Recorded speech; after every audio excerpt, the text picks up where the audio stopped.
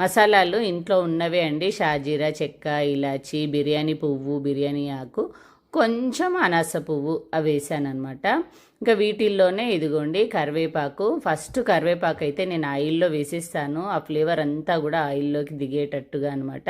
ఇంకా దాని తర్వాత ఇదిగోండి పచ్చిమిర్చీలు అయితే ఇట్లాగా చీరు వేసుకుంటే మనకి ఆ ఫ్లేవర్ అనేది మంచిగా వస్తుంది అనమాట. టమాటా రైస్కి చీరు వేసుకోవాలి కంపల్సరీగా. ఇట్లాగా టమాటా రైస్కి ఆ ఫ్లేవర్ అనేది మంచిగా పట్టేస్తుంది.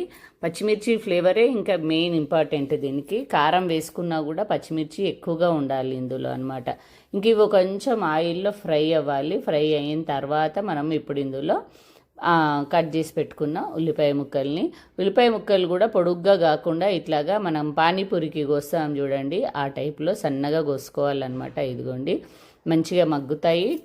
మనకు టమాటా రైస్ తింటుంటే కూడా పంటి కింద ఇట్లా కస్కస్ లాగా వస్తుంటే చాలా బాగుంటుంది అనమాట.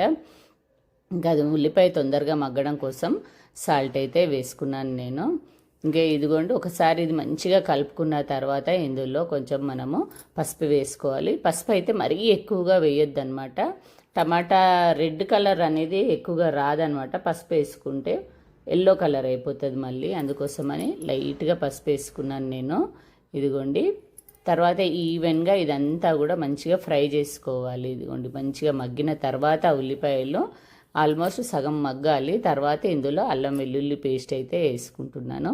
కొద్దిగా అల్లం వెల్లుల్లి పేస్ట్ ఎక్కువగా వేసుకుంటే ఏంటంటే మనకు టమాటా అది పచ్చిదనం అనేది రాదు. మనము టమాటా ప్యూరీ వేస్తాం కాబట్టి ఆ పచ్చిదనం అనేది ఉండదన్నమాట. ఇదిగోండి మంచిగా అల్లం వెల్లిగడ్డ వేసి ఒకసారి మంచిగా ఫ్రై చేసుకోవాలి. ఆ స్మెల్ అనేది ఈవెన్గా మిక్స్ అవ్వాలన్నమాట అల్లం వెల్లిగడ్డ. తర్వాత ఇక వెంటనే ఇదిగోండి టమాటాలు అయితే నేను ఒక 7-8 టమాటాలు ప్యూరీ చేసి పెట్టిన అనమాట, మీడియం సైజువి. ఇంకా ఇదిగోండి ఇప్పుడు ఇందులో మనము మన స్పైసీకి తగ్గట్టుగా కారం అయితే వేసుకోవాలన్నమాట. కొంచెం టమాటా రైస్ స్పైసీగా ఉంటేనే బాగుంటుంది. ఆ మసాలా ఫ్లేవరు అవన్నీ కూడా ఉంటే చాలా బాగుంటుంది అనమాట. పిల్లలకి వాళ్ళకి లంచ్ బాక్స్కి పెడితే మనము ఏంటంటే మధ్యాహ్నం వరకు చల్లగా అయిపోతుంది కదా, కొంచెం ఈ గరం మసాలాలు ఈ ఫ్లేవర్ ఉంటే వాళ్ళకు తిన్నా కూడా చల్లగా ఉన్నా కూడా కమ్మగా ఉంటుంది అనమాట.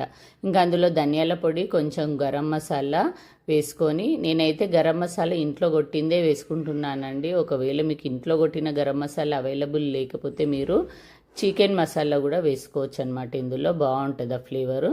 ఇంకా ఇంట్లో కొట్టిన గరం మసాలా అయితే ఇంకా బాగుంటుంది అనమాట పొడి. ఇంకా అవన్నీ వేసుకొని ఇదిగోండి తర్వాత టమాటా ప్యూరీ అయితే ఇందులో వేసేసిన అనమాట. ప్యూరీ వేసేసి మూత పెట్టి ఒక 5 నిమిషాలు మీడియం ఫ్లేమ్లో ఉడికించుకోవాలన్నమాట. ఆ పచ్చివాసన అనేది మొత్తం పోవాలన్నమాట టమాటా